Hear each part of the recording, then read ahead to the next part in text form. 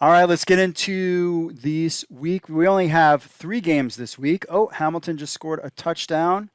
Looks like a passing touchdown. They're up 10-0 in the rain. Very cool. Watford too. I'm trying to gauge who it is as I'm watching on the side. If you pick Hamilton to win games, you're pretty smart. Some news and notes for this week.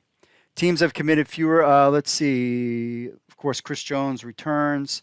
Hamilton Simeon Lawrence recorded his second pick 6 of the season in Week 7. He's tied with Sean Thomas Ellington for the team lead in touchdowns with 2 apiece. That's it.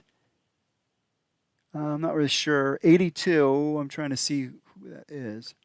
Ottawa is coming off a Week 7 bye. The past 2 seasons, the Red Blacks were 1-5 following a bye week. Teams coming off bye weeks this season are 3-3.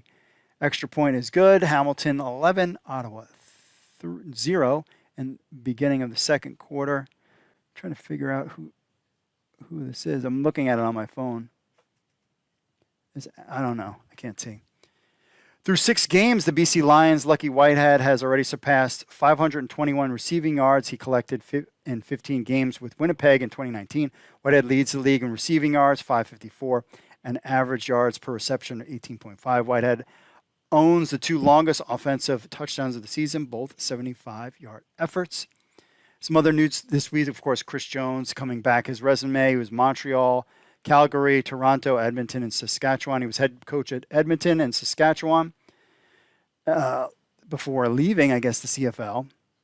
In 9 of his 17 seasons, his defenses have finished in the top 3 in net offense yards allowed. In 10 of the 17 seasons, his defenses have finished the top 3 in points allowed. And he was named Coach of the Year in 2018 with Saskatchewan. So a great pickup by him. We will see how he does. Let's get into my picks.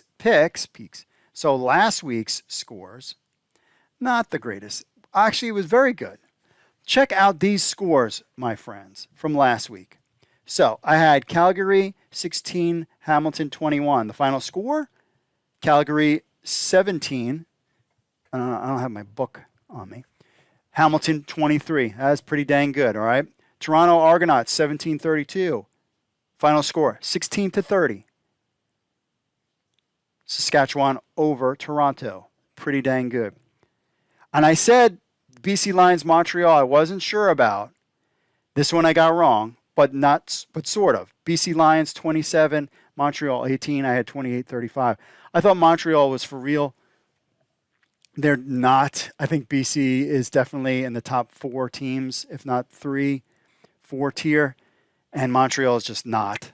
And then Winnipeg 28-12, final score 37-22. A lot more points from Edmonton and Winnipeg in that game. So 3-1. So how are we going to do this week, my friends? First up, we got the current game on right now, which is Hamilton against Ottawa Red Blacks.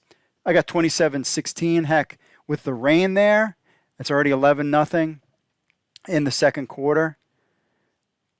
We'll see. I'm not feeling Dominic Davis. Maybe he can score some points, but it's going to be tough in that rain. Game 2, Montreal at Toronto. This one's kind of a toss-up, but I'm going Montreal is back in action. Toronto doesn't seem to score a lot of points, so I think Montreal can come back. I think they're kind of that middle tier, that mid-Carter team in the CFL. I got 23-16 on that game. And then the third game, Saskatchewan with the BC Lions. I'm thinking this one is going to be interesting. This is the game of the week. Is BC show up and say that we're in the top, one of the elite teams in the league, and take down Saskatchewan? This is going to be a great game. This is the game of the week I'm definitely looking forward to. Those are the scoring recaps. So you got Hamilton 27 to Ottawa 16.